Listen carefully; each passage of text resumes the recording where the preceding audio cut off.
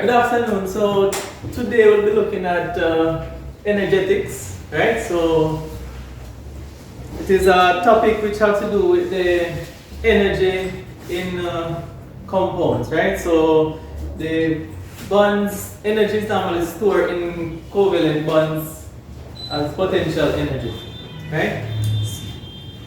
Therefore, when when a reaction is taking place, we normally need to break the bonds in the reactants so that the bonds in the products can be formed. Following? Alright? Then the whole process of energetics is to try and quantify this energy that occurs during chemical reaction. But I think to note is that the actual energy level of a molecule cannot be measured directly. We can only measure the change in energy from one energy state to the next. That's an important thing to note. Alright? So there are two types of reactions that we'll be looking at in energetics. Two types.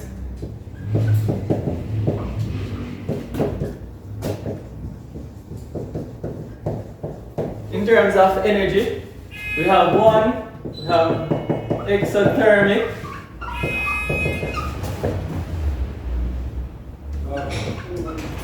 reactions, and two endothermic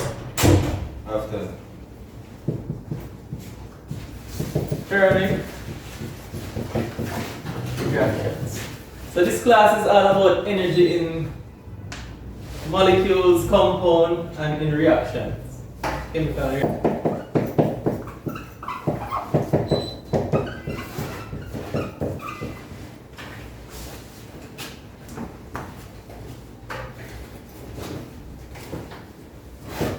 So these reactions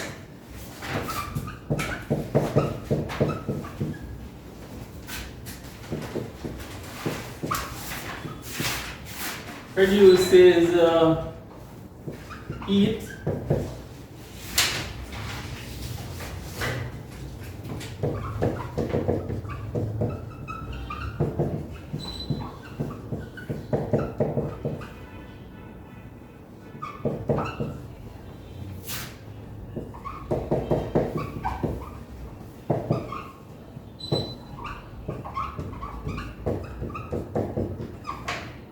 Alright? So if we have a container carrying out a reaction, typical reaction that we have looked at before in the past is neutralization reaction between an acid and a base. Acid and alkali. We note in the test that I have given you the question that I gave, the temperature actually increases when we add the acid to the base. Right? Therefore, that's an example of a reaction in which energy is given off from the molecules to the surrounding. Where was I? So the energy that we're looking at is the energy which is required to break the bonds in the reactants and the energy that will be released to form the new bonds in the products. Right? Therefore, that reaction that is taking place to break the bonds and form the new bonds, that process is giving off heat, which is being absorbed by like the water, which may be the solvent. Because remember that, for example, in an aqueous solution, we might have the protons reacting with the hydroxide ions to produce water.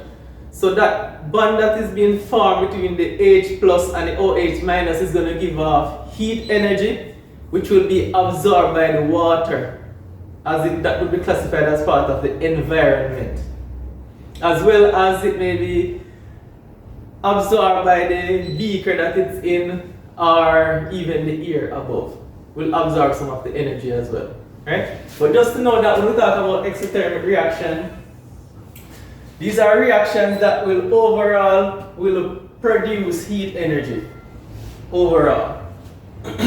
So what does this mean in terms of the bonds that are broken and the bonds that are formed? So it simply means that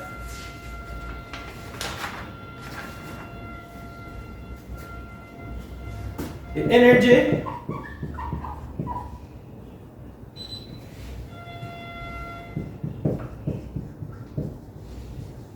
to become butter or bitter or bitter. Sorry, it's hot. Sorry. Like the temperature increase. So it becomes hotter as the temperature increase.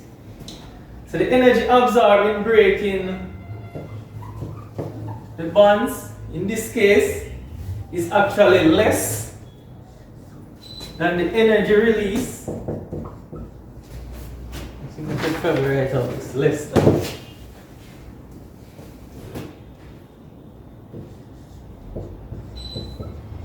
It's less than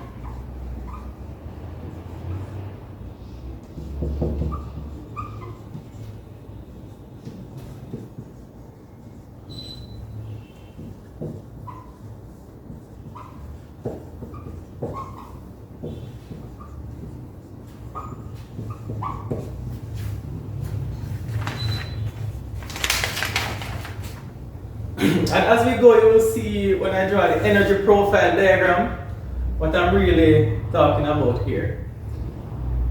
But just to know that the basic concept, exothermic reaction, the reaction that will produce heat, energy. And why this is occurring is that it's two processes always taking place. So one, energy will be required to break bonds, and energy will be released when bonds are formed. So on the reactant side at all times, energy will be required to break the bonds. When the products are being formed, energy will be released. So what determines whether a reaction is exothermic or endothermic or exothermic is just the amount of energy which is required to break the bonds in comparison to the amount of energy released when the bonds are formed. And we are saying here in exothermic reaction, the reason why the environment gets hotter or the energy is released is because the energy that was absorbed in breaking the bonds is less. So it's less than, that sign, less than the energy released when the bonds are formed.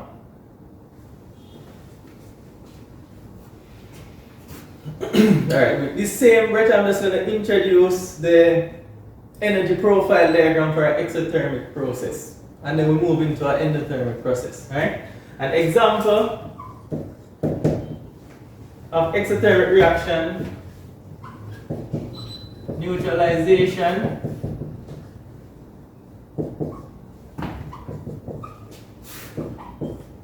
like combustion reaction. So all the combustion reactions, like when the alkenes burn, those are all exothermic reaction. Alright, so let's look at the energy profile diagram in which you would normally get in the exam as well. And these are like diagrams in which you are required to know how to draw them in the exam.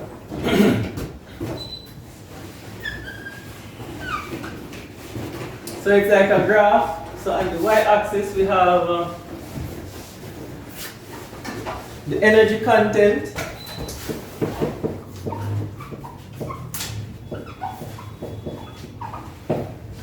And on the y-axis we have progress of reaction.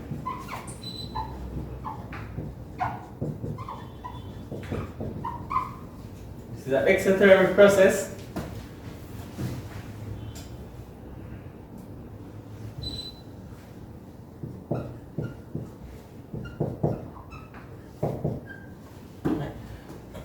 So when we have the reactants here, we normally will require some amount of energy to break the bonds in the reactant. That energy is known as the activation energy. And that's also something that you have to show on the energy profile diagram.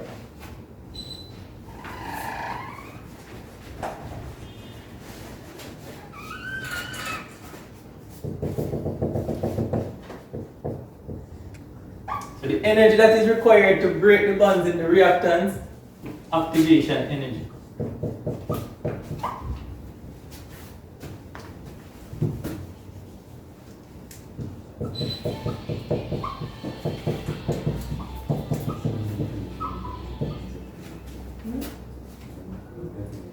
here is going to be the energy level. So basically, at this level is basically the Constant. energy of the reactants, which you call enthalpy. Here is the energy of the products. Now, another thing to label on the energy profile diagram is the enthalpy change. You know I haven't discussed it fully as yet. Now,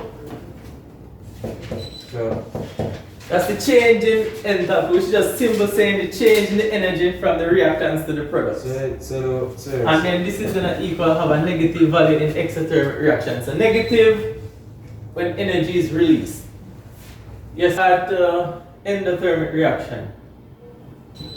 Throughout the class, we basically will be looking at exothermic and endothermic reaction. I've introduced exothermic reaction. Now I'm going to introduce endothermic reaction. So you can see the comparison. Endothermic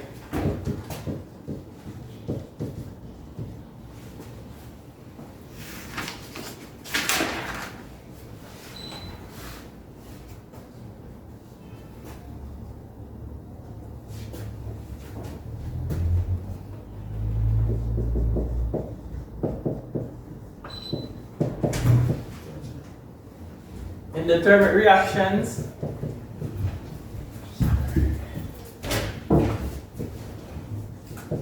are reactions which absorb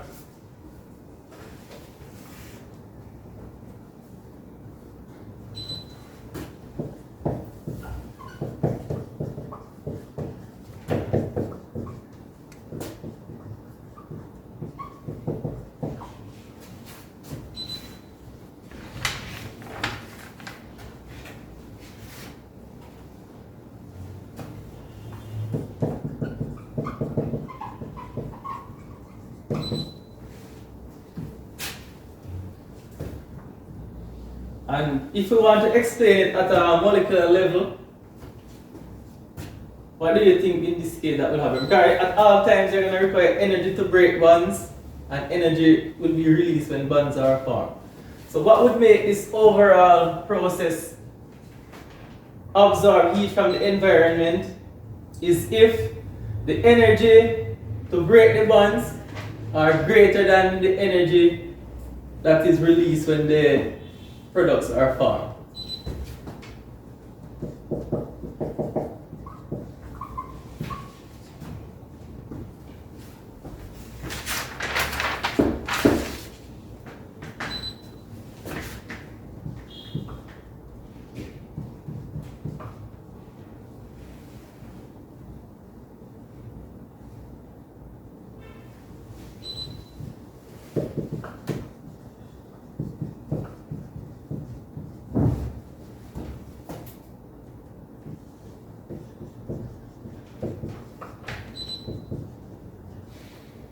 Greater than sign in this case.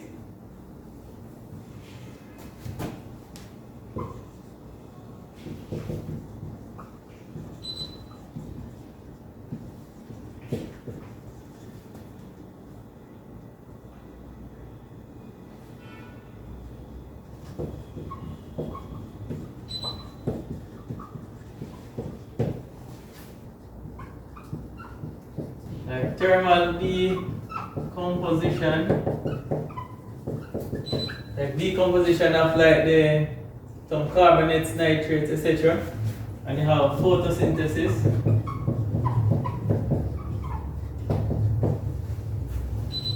And you also have plants and photosynthesis. yes. Good. Those are two examples, alright?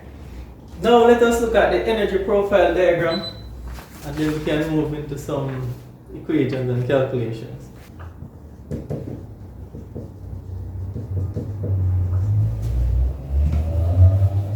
This is greater than. Example, thermal decomposition, for example, the carbonates, nitrates, right, and photosynthesis. And when we dissolve some any compound in solution, it also absorbs heat.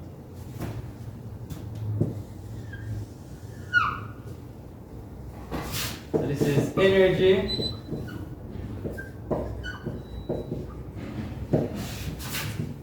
progress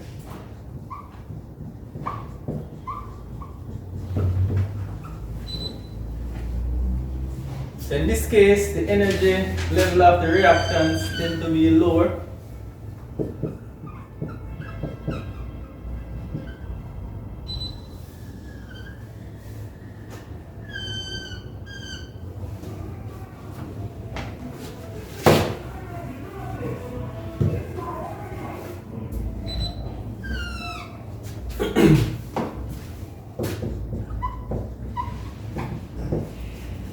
So here, so this entire peak from the level of the reactants is the activation energy.